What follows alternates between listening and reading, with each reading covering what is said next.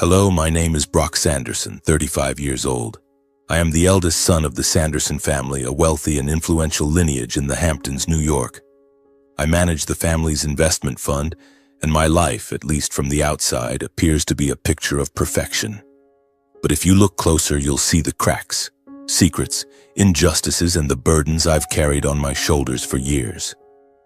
I stand before the large glass window in my office, gazing down at the bustling Manhattan streets below.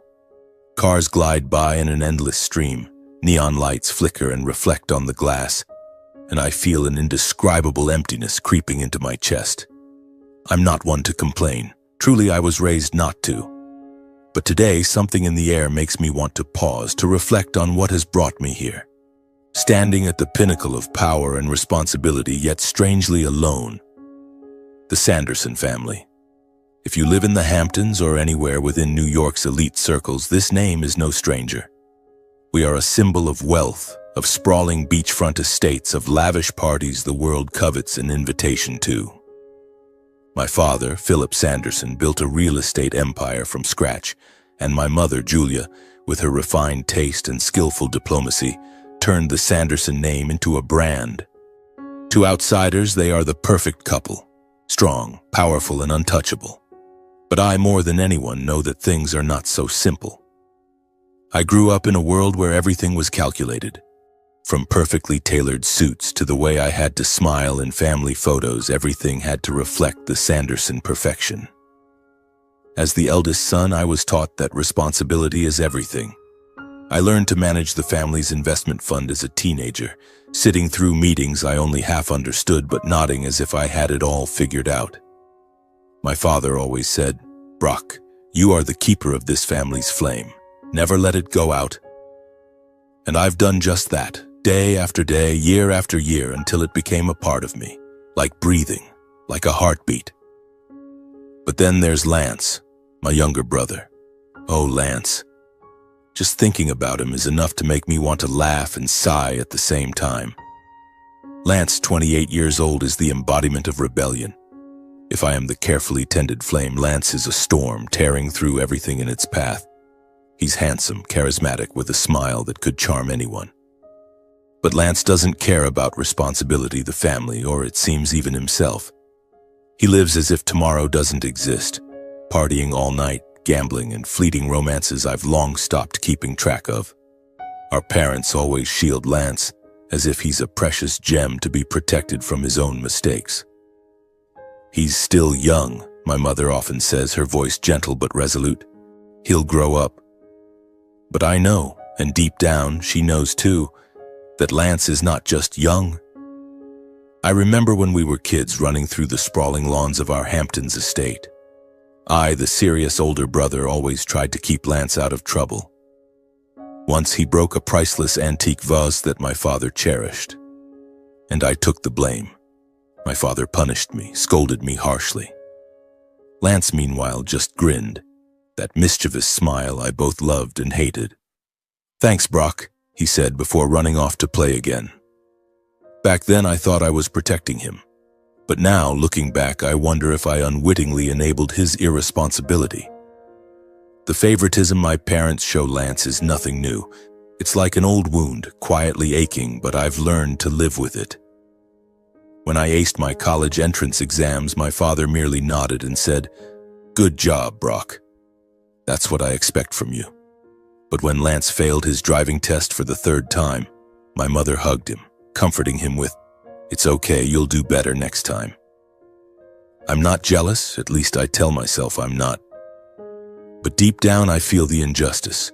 I've spent my entire life doing the right thing, keeping the Sanderson family's flame burning bright, but it never seems enough to earn the loving gaze my parents reserve for Lance. Amid all this chaos, I'm fortunate to have Olivia. My wife, Olivia, is the light of my life. She's 34, a talented endocrinologist working at a prestigious Manhattan hospital.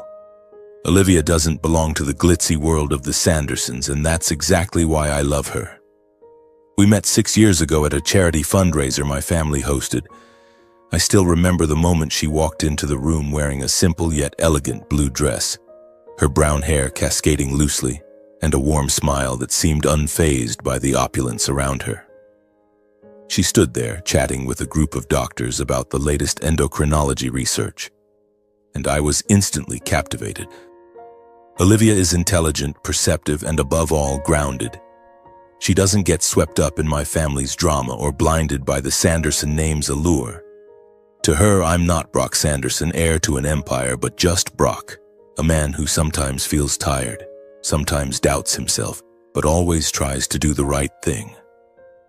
Olivia is the only person I can share my deepest thoughts with, the fears I wouldn't dare admit to anyone else. She listens without judgment and offers sharp, trustworthy advice. Last week, my brother caused another mess. I got a call from a casino in Atlantic City where Lance had lost tens of thousands of dollars and left an unpaid bill. I had to fly there, sort everything out, and bring him home, drunk. As usual, my parents just sighed and told me to keep an eye on your brother. I wanted to scream, to ask them why I'm always the one cleaning up Lance's messes. And in moments like that, my wife is the anchor that keeps me sane. But today, when Lance called me this morning, his voice was different. It wasn't the usual confident, evasive tone I was accustomed to. There was a tremor, an unease I had never heard from him before. "Brock, I need to see you. It's big." Those words echoed in my mind as I sat in my office, watching the clock tick slowly. I didn't know what bomb he was about to drop, but my gut told me it wouldn't be as simple as another debt or a drunken escapade. As I prepared to leave the office to meet Lance, my phone rang again. This time it was my mother, Julia. Her voice was icy, as if she were holding back a storm. "Brock, come home tonight. We need a family meeting. It's important." No explanation, no hint of warmth. My chest tightened. A call from my mother in that tone could only mean one thing. It was about Lance. I replied curtly, "Yes, Mother," and hung up, feeling like a soldier gearing up for battle. I drove to the Hamptons, the familiar route from Manhattan to the family estate, stretching longer than usual. The lush green trees lining the road, the sunset glinting off the ocean, all of it was picturesque, but I couldn't enjoy it. My mind was racing with questions. What had Lance done? What scandal was it this time? And why had my mother called a family meeting?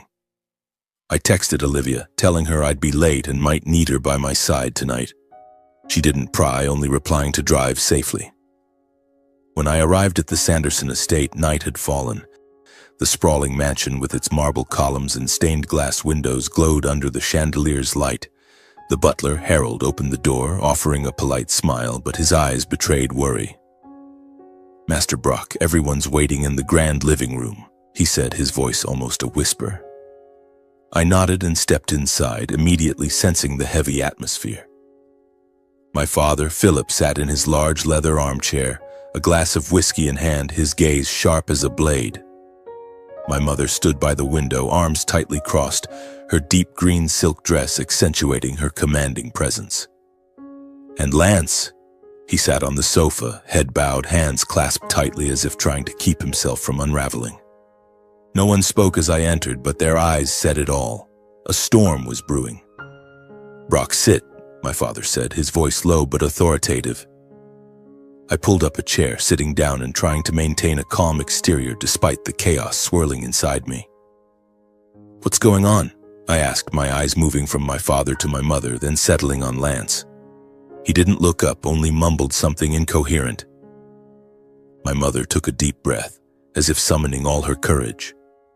"Lance has something to announce," she said, her voice trembling slightly. "And we need your help, Brock." As always. Her words cut like a knife, not because of their meaning, but because of the way she emphasized, "as always." I felt a surge of anger but suppressed it, nodding for them to continue. Lance finally looked up, his eyes red as if he'd been crying or hadn't slept all night. "Brock," he began, his voice choking, I'm getting married." I blinked, processing the information. Married? Lance, who never stayed with a woman for more than 3 months, was talking about a wedding? I almost laughed, but the panic in his eyes stopped me. To whom? I asked, my voice steady but my mind already conjuring up scenarios. Some girl from a party? A model? A gold digger? With Lance, anything was possible. Vivian Bennett, Lance replied, his voice barely a whisper. She's pregnant. The words detonated like a bomb in the room. I felt the blood rush to my head, not out of surprise, but because I knew the name Vivian. She was a 25-year-old model from a modest background, someone I'd met a couple of times. But pregnant? If true, this was a serious problem. My father slammed his whiskey glass onto the table, the clink of glass against wood ringing like a gunshot. Pregnant before marriage, he roared. Do you have any idea how much this will disgrace the family, Lance? My mother stepped forward, placing a hand on his shoulder to calm him, but her eyes were just as cold. We can handle this, she said firmly, but we need a plan. And then, as always, both my parents' eyes turned to me. Brock, my mother said, you'll take care of this. You always know how to keep things under control. I wanted to protest, to say I was tired of cleaning up Lance's messes, but I couldn't. The family's reputation, the Sanderson name, was a burden I'd carried my whole life. I just nodded like a machine. Lance began to explain, his voice halting. Vivian had come to him last week announcing she was 4 months pregnant and demanding he marry her. If he refused, she threatened to go to the press, turning the Sanderson family into the center of a scandal. She says she has proof, Lance mumbled. Photos, text, everything. I looked at him, searching for a shred of responsibility in his eyes, but all I saw was panic. Are you sure it's yours? I asked, my voice colder than I intended. Lance hesitated, then nodded. She says so, and I think it's true. I wanted to shake him, to ask why he let things spiral this far, but I stayed silent. My mother spoke again, her voice now calmer. We'll have a wedding, a grand wedding, to quash any suspicion. No one must think this is a forced marriage. Brock, you'll oversee everything. The venue, the guest list, the media. We'll make this a memorable event, like every Sanderson affair.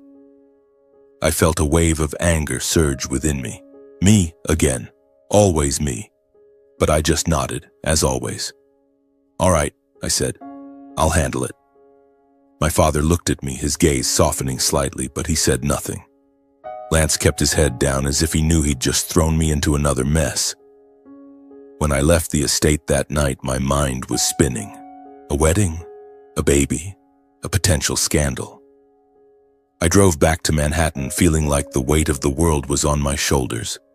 When I stepped into our apartment, Olivia was waiting, sitting on the sofa with a glass of wine and a medical journal in hand. She looked up, her sharp but concerned eyes meeting mine.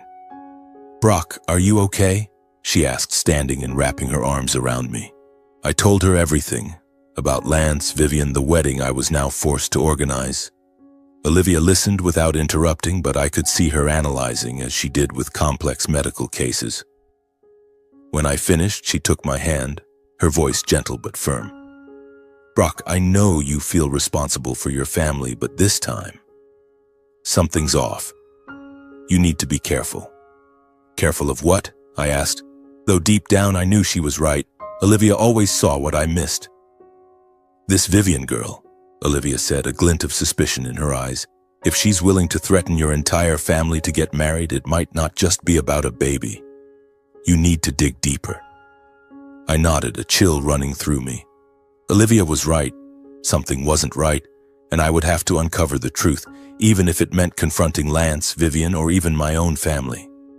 But right now, I don't have time to think too much. A grand wedding awaits me to organize, and as always, I have to ensure everything goes perfectly, at least on the surface.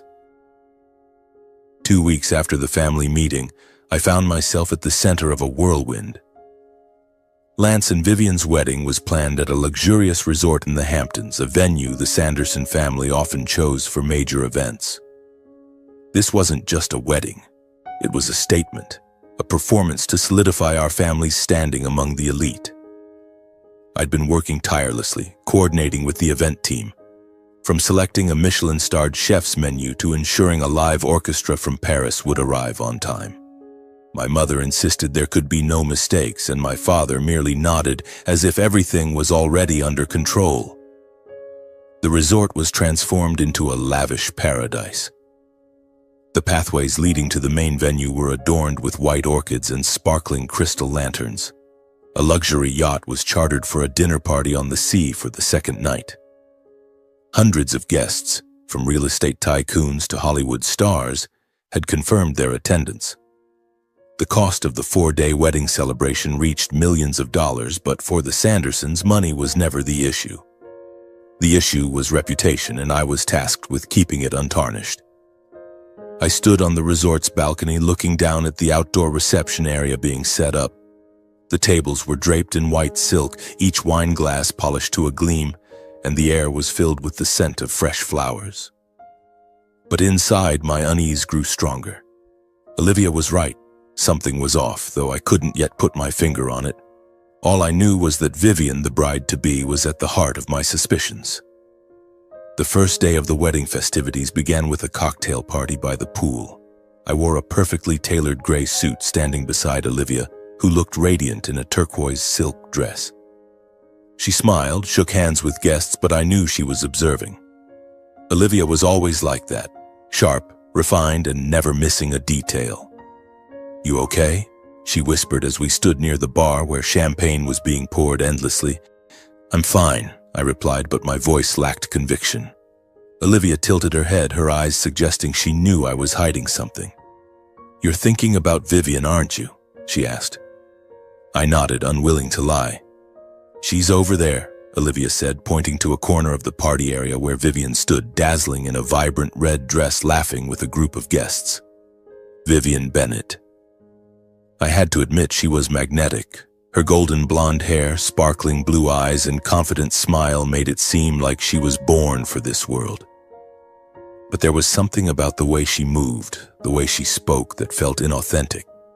She was too perfect, too performative. I watched her from afar, trying to spot signs of a woman 4 months pregnant, but I saw nothing.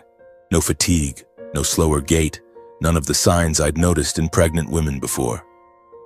Olivia squeezed my hand, pulling me from my thoughts. "Brock, I noticed something," she said, her voice low so no one could overhear. "Vivian isn't drinking alcohol. That's normal for a pregnant woman, right? But she's also refusing juice, sticking to plain water. And have you seen how she eats? She just ate sashimi over there." Olivia gestured toward the buffet table where a plate of salmon sashimi had a few pieces left. "Pregnant women usually avoid raw food. She's not acting like someone who's pregnant." I frowned, processing her words. "Maybe she's just careless?" I said, but even I could hear the lack of conviction in my voice. Olivia shook her head. "No, Brock. Something's not right. I'm a doctor, I know these signs. She hasn't gained weight, shows no signs of fatigue, nothing. And have you noticed how she shows off her baby bump? She always places her hand on her stomach when someone mentions the baby, but it feels too theatrical." I glanced at Vivian again. She was laughing loudly, her hand resting lightly on her stomach as if deliberately drawing attention. A group of older women surrounded her, asking about the baby, and Vivian responded with exaggerated enthusiasm. "Oh, it's already kicking," she said, her voice high-pitched. But Olivia was right. It didn't feel genuine. The way she performed, the way she dodged specific questions, it all raised red flags. On the second night of the wedding, Olivia and I had a private moment in the resort's garden. The moonlight illuminated the rose bushes, and the sound of waves crashing against the shore created a soothing melody. I held Olivia's hand, feeling like she was my only anchor in this storm. "I think she's lying, Brock," Olivia said bluntly, no sugarcoating. "I'm not sure, but I don't believe she's pregnant." I sighed, rubbing my temples. If she's lying, then why? Why go so far as to force Lance to marry her? What does she want? Olivia looked at me, her gaze sharp yet gentle. Money? Power? Revenge? Who knows, Brock? But you need to find out. If she's playing a game, your family and Lance are being used. I nodded, a weight pressing on my chest. I didn't want to believe Vivian was orchestrating a charade, But Olivia's instincts were rarely wrong. I decided to pay closer attention, ask questions, and observe. I started with Lance, but as usual, he dodged me. "Brock, I don't want to talk about this," he said when I tried to pull him aside during the yacht dinner party. "Vivian says she's pregnant, and I believe her. That's enough." "You believe her?" I asked, my voice sharper than intended. "You don't even know the due date, Lance. Have you asked her who her doctor is? Have you seen any medical records?" Lance glared at me, his eyes a mix of anger and panic. "Why do you always have to dig into everything, Brock? Can't you just let me be?" I wanted to shout, to tell him I was trying to protect him, to protect our family, but I just shook my head and walked away. Lance never changes, and I, as always, was stuck in the role of the fixer. By the third day, the official wedding day, I was more stressed than ever. Vivian appeared in a pristine white wedding gown, its long train flowing behind her, a delicate veil fluttering in the breeze. She looked like a princess, but her eyes, cold, calculating, sent a shiver down my spine. I stood in my role as overseer, ensuring everything ran smoothly, but my mind was racing with doubts. Olivia, standing beside me during the ceremony, whispered, "Brock, I checked something. Vivian said she's been getting prenatal care at a hospital in Manhattan, but I called them and they have no record of her." I turned to her, my heart pounding. "You're sure?" I asked.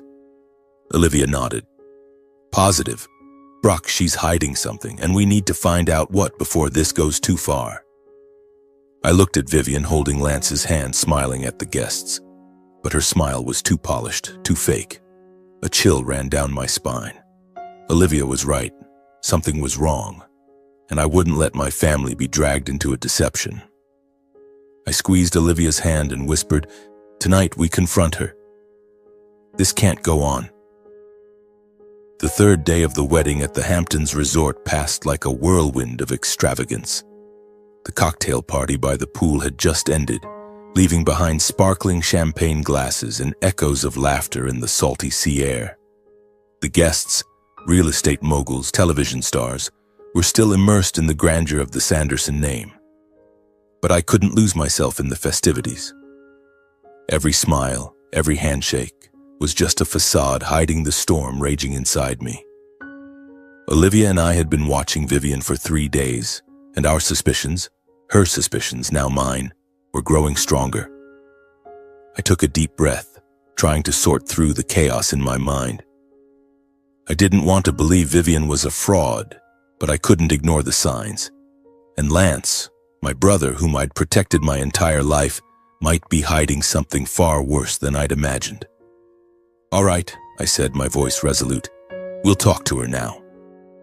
I asked a resort staff member to invite Vivian to a small meeting room downstairs, under the pretense of discussing some final wedding details.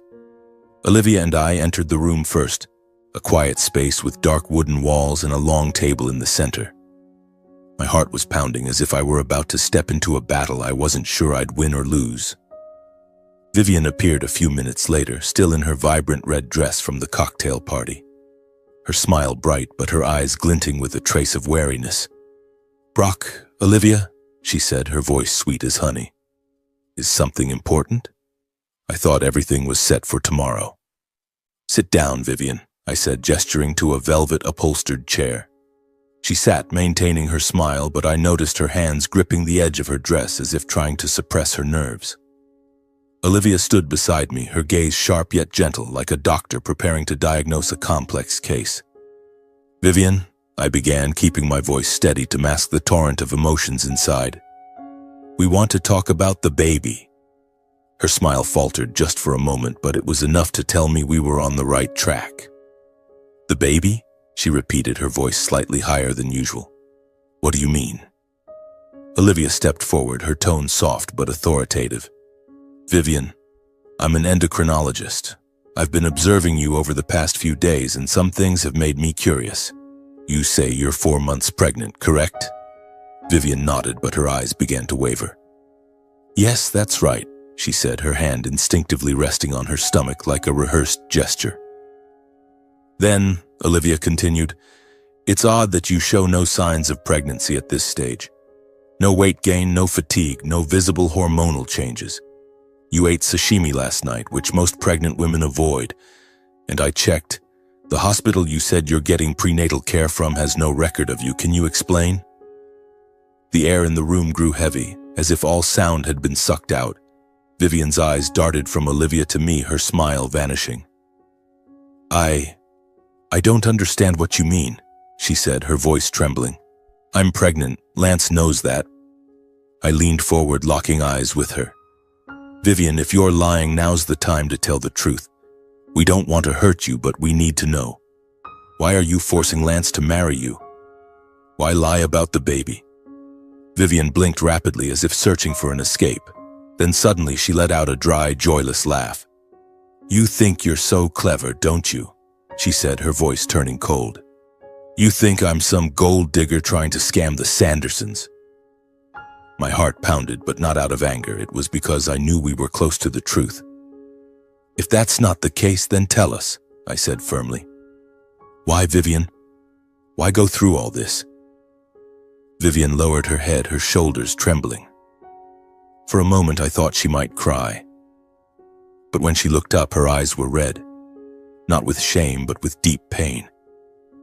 You want the truth? She said, her voice choking. Fine. I'm not pregnant. I was never pregnant. Her confession hit me like a punch to the chest.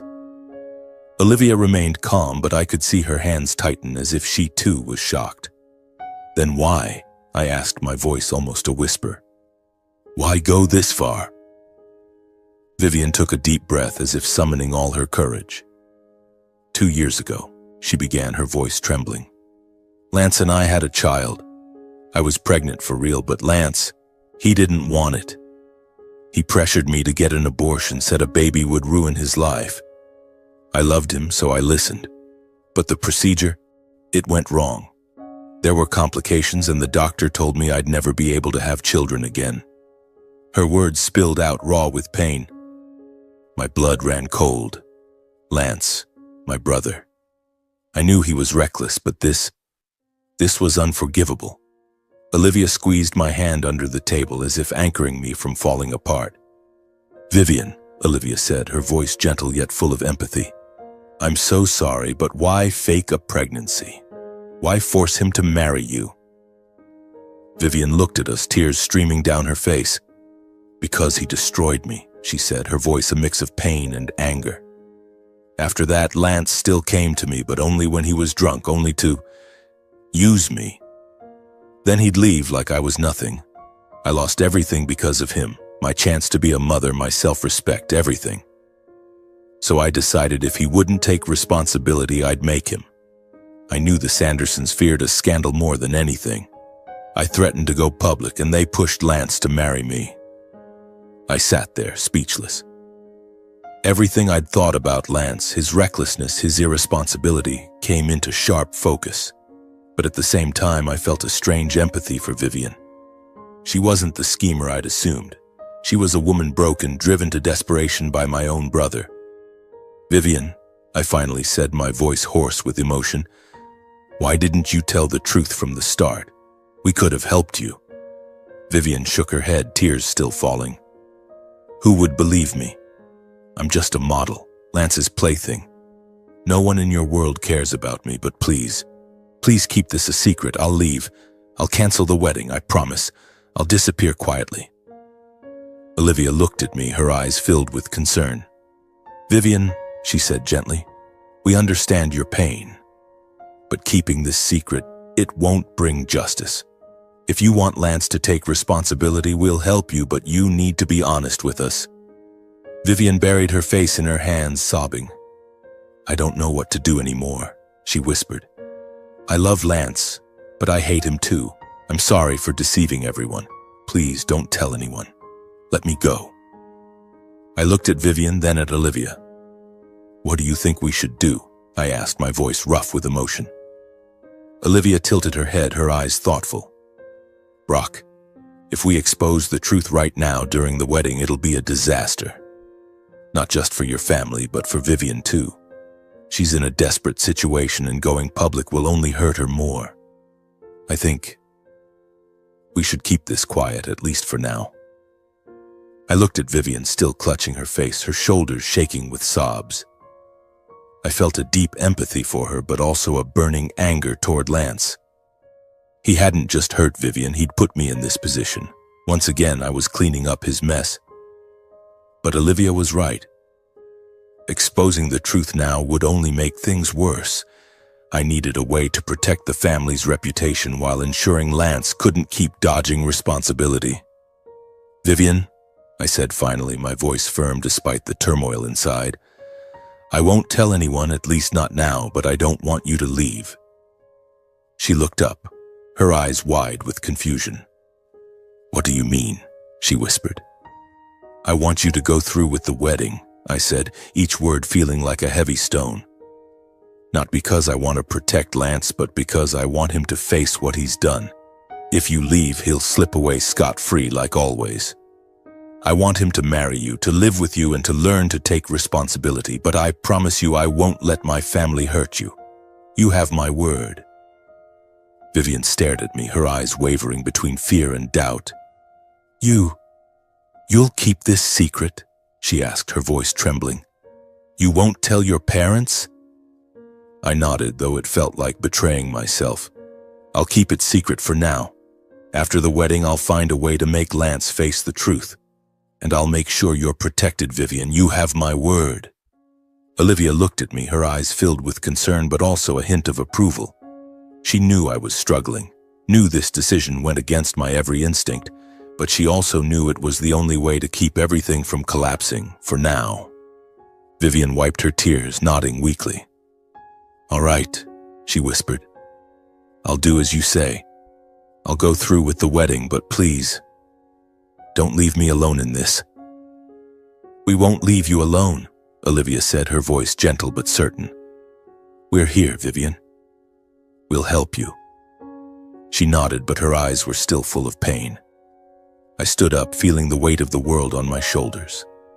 "You should get back to the party," I said. "People will start wondering if you're gone too long." Vivian stood, wiping her tears quickly, trying to regain her radiant composure. She left the room, leaving Olivia and me in heavy silence. When the door closed, I turned to Olivia, feeling like I'd just run a marathon. "Do you think I did the right thing?" I asked, my voice hoarse with exhaustion. Olivia took my hand, her gaze soft but resolute. "You did the best you could in this situation, Brock. But you know this isn't the end. Lance needs to face consequences, and we'll find a way to make this right." The next day, the wedding ceremony unfolded like a perfect dream. Vivian walked down the aisle in her stunning white gown. Lance stood at the altar with a forced smile. The guests clapped, champagne flowed, and the Hampton sun shone brilliantly on everything. I stood there, overseeing every detail, ensuring no mistakes, but inside I felt hollow. Olivia stood beside me, her hand brushing mine, a reminder that we were facing this together. None of the guests knew about the confrontation the night before. No one knew about the secret we were keeping.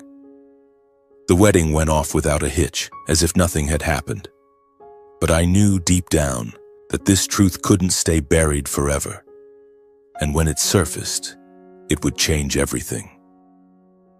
2 weeks after the wedding, I called my parents, asking them to come to the Sanderson estate in the Hamptons for a family meeting. I told them it was urgent, related to Lance. I didn't mention Vivian or reveal any details, but my mother's voice over the phone was laced with worry. Olivia and I drove to the Hamptons on a chilly autumn afternoon with golden and crimson leaves falling along the road. The estate loomed ahead, its marble columns and sprawling lawns a reminder of the legacy I was raised to protect. But today I wasn't here to protect. I was here to confront. As we entered the grand living room, my parents were already there. My father, Philip, sat in his leather armchair, a glass of whiskey in hand, exuding his usual air of authority. My mother, Julia, looked impeccable in a tailored blazer, but her eyes betrayed her unease. Lance sat on the sofa, his posture slouched but his gaze defensive. Vivian stood near the window, her body tense, her face pale. "Brock, what is this about?" my father demanded, his voice icy. You said it was urgent. Don't waste our time. I took a deep breath, feeling Olivia's hand brush against mine, a reminder that she was here with me. This is about Lance, I said, my voice steady despite the turmoil inside, and Vivian, and the truth about their marriage. Lance shot up, his eyes flashing with anger. What the hell are you talking about, Brock? He snapped, but I caught a tremor in his voice as if he knew something was about to explode. I ignored him, turning to my parents. Before the wedding, Olivia and I spoke with Vivian. We had suspicions about her pregnancy, so we confronted her. She admitted something you all need to hear. I looked at Vivian, her head bowed, her hands clenched so tightly her knuckles were white. Vivian, do you want to tell them, or should I? She looked up, her eyes red, her voice trembling. I'm not pregnant, she said, her voice so soft it was barely audible. I was never pregnant. The room fell into a heavy silence, so oppressive it felt like it could shatter glass. My mother gasped, her hand covering her mouth, her eyes wide with shock. My father gripped his whiskey glass tightly, his gaze sharp as a blade. Not pregnant? He roared. You claimed you were pregnant to force us into this wedding. What is the meaning of this? Let her finish, I interrupted, my voice harder than I intended. There's more. Vivian trembled but continued, her voice choking. 2 years ago I was pregnant with Lance's child, but he didn't want it. He pressured me to get an abortion, saying it would ruin his life. I loved him, so I did it. But the procedure, there were complications. The doctor told me I'd never be able to have children again. She paused, sobbing. After that, Lance still came to me, but only when he was drunk, only to use me. Then he'd leave like I was nothing. I faked the pregnancy to force him to marry me because I wanted him to take responsibility. The silence that followed was suffocating, so heavy I could hear my own heartbeat. My mother began to cry, her soft, stifled sobs breaking the quiet. My father stood abruptly, his glass trembling in his hand. Do you have proof? He demanded, his voice low and dangerous. Vivian nodded, her hands shaking as she pulled a folder from her bag. These are my medical records, she said. From the abortion and the complications, it's all here.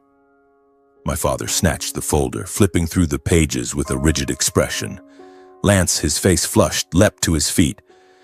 She's lying, he shouted, pointing at Vivian. She's a fraud trying to trap me. I didn't force her to do anything. Enough, I roared, stepping toward Lance, fighting the urge to punch him. Don't you dare call her a liar, Lance. You did this. You pressured her into an abortion, you used her, and you thought you could get away with it like always. But not this time. My mother looked at me, tears streaming down her face. Brock, why didn't you tell us before the wedding? Why did you let this happen? I turned to her, my chest aching with guilt and anger. Lance needs to take responsibility for what he's done. Do you know how much pain a woman feels when she loses the chance to be a mother? My father stared at me, his expression unreadable. What do you want us to do now, Brock? He asked, his voice low but heavy with expectation. I took a deep breath, knowing my answer would shape the family's future. Lance needs to be held accountable, I said. He needs to make things right with Vivian, whether that means continuing the marriage or finding another way to atone. And we need to protect Vivian from any fallout. She's suffered enough. Vivian looked at me, her eyes filled with gratitude mixed with fear. Thank you, she whispered, her voice faint as a breeze. The meeting ended in tense silence with no clear resolution, only a promise to continue the discussion. But as Olivia and I drove back to Manhattan that night, I felt a strange sense of relief. The truth was out, and though the consequences would be painful, it was the first step toward doing what was right. For Vivian, and for myself. The weeks following the meeting in the Hamptons were suffocating. My parents, who had always maintained a perfect facade, now faced a reality they couldn't control. My mother, Julia, called me often, her voice a mix of anger and sorrow. Brock, why did you have to stir everything up? She asked during one call, her voice trembling. We could have handled this quietly. I wanted to tell her that silence wasn't the way to make things right, that covering up only made Lance worse, but I held my tongue. I knew she needed time to accept the truth about her beloved son. My father, Philip, was colder. He didn't blame me outright, but his eyes during our last meeting said it all.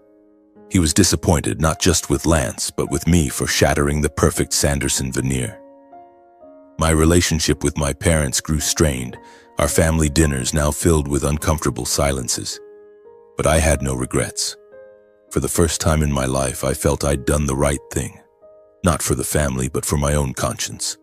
Lance, as I expected, refused to change. A week after the meeting, he called me, his voice brimming with anger and desperation. "You've ruined my life, Brock," he shouted over the phone. "Vivian's a snake and you took her side." I suppressed my anger, trying to keep my voice calm. "Lance, you're the one who hurt her. You need to take responsibility." But he hung up, unwilling to listen.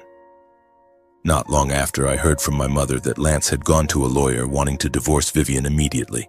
He thought he could escape, as always. But this time, my parents didn't indulge him. In a meeting I wasn't invited to, they issued Lance an ultimatum. "You will stay with Vivian for at least 2 years, my father declared, his voice uncompromising. "You caused this and you will not run away. If you divorce, Vivian will receive a substantial settlement. This isn't a request, Lance. It's an order." I wasn't there, but my mother recounted it to me, and for the first time I saw a hint of resolve in how they dealt with Lance. Perhaps at last they realized their coddling had created a man incapable of accountability. Vivian, throughout this time, remained silent. She moved into a small apartment in Manhattan, funded by my family, but she rarely appeared in public. I met her once, at a small cafe near Olivia's hospital. She looked tired, but her eyes held less despair. "Thank you, Brock," she said, her voice soft but sincere. "I don't know what I would have done if you and Olivia hadn't stood up for me." I only nodded, unsure of what to say. I couldn't erase her pain, but I hoped in some way she'd find peace. A month later, as Olivia and I walked along the beach, I said, "I'm thinking about starting a charitable foundation." The idea had been brewing since the family meeting. A foundation to support women like Vivian, those hurt by toxic relationships. "I want to do something meaningful, Olivia. Not just to atone for what Lance did, but to create real change." Olivia stopped, her eyes shining. "That's a wonderful idea, Brock," she said, "and I'll help you. We can make it happen." I smiled, feeling like I could breathe easily for the first time in weeks. Standing there on the Hamptons beach with Olivia by my side, I realized something. The true value of family doesn't lie in reputation, grand estates, or lavish parties. It lies in integrity, in responsibility, and in standing up for what's right, even when it hurts those closest to you. The truth doesn't always need to be exposed immediately. Sometimes it requires delicate handling, with compassion. But in the end, justice must be served, no matter how painful. And I, Brock Sanderson, had learned that family isn't always the priority. Sometimes justice is the flame that must be kept burning. Standing on the Hamptons beach with the gentle crash of waves and the sunset fading into the horizon, I felt a peace I hadn't realized I needed. Olivia held my hand, and in that moment I understood that this journey, from keeping secrets to protect my family to facing the painful truth, had changed me forever. The truth, however difficult, had freed me from the burden of years spent living for reputation, for expectations. It made me question what truly matters. The honor of the family or being true to myself. I turned to Olivia, her eyes glowing under the sunset's light. "Have you ever had to keep a secret that you knew would hurt someone if it came out?" I asked, my voice low. She smiled, a smile tinged with a hint of melancholy. "Yes, Brock. But I've learned that secrets might protect someone for a moment, but the truth is the only way for people to move forward. As painful as it is, it paves the way for healing." Her words made me reflect. My life, and perhaps yours too, has surely faced such crossroads. Have you ever had to grapple with keeping a secret to protect someone, a friend, a family member, or even yourself, only to realize that the truth was the only path forward. Maybe it was a small secret, like covering up a friend's mistake to keep the peace. Or perhaps it was something bigger, like me, deciding between family reputation and justice for someone who was wronged. This story, with its conflicts, pain, and ultimate liberation, might make you think about the tough choices in your own life. Was there a moment in your family or friendships where you struggled to do the right thing, even if it meant hurting those you love? What did you choose? Silence or speaking out? And how did that choice change you? Share your thoughts if you'd like. Because sometimes speaking out, even just to yourself, is a way to find peace, as I did on this beach beside Olivia, with the waves and the sunset as witnesses.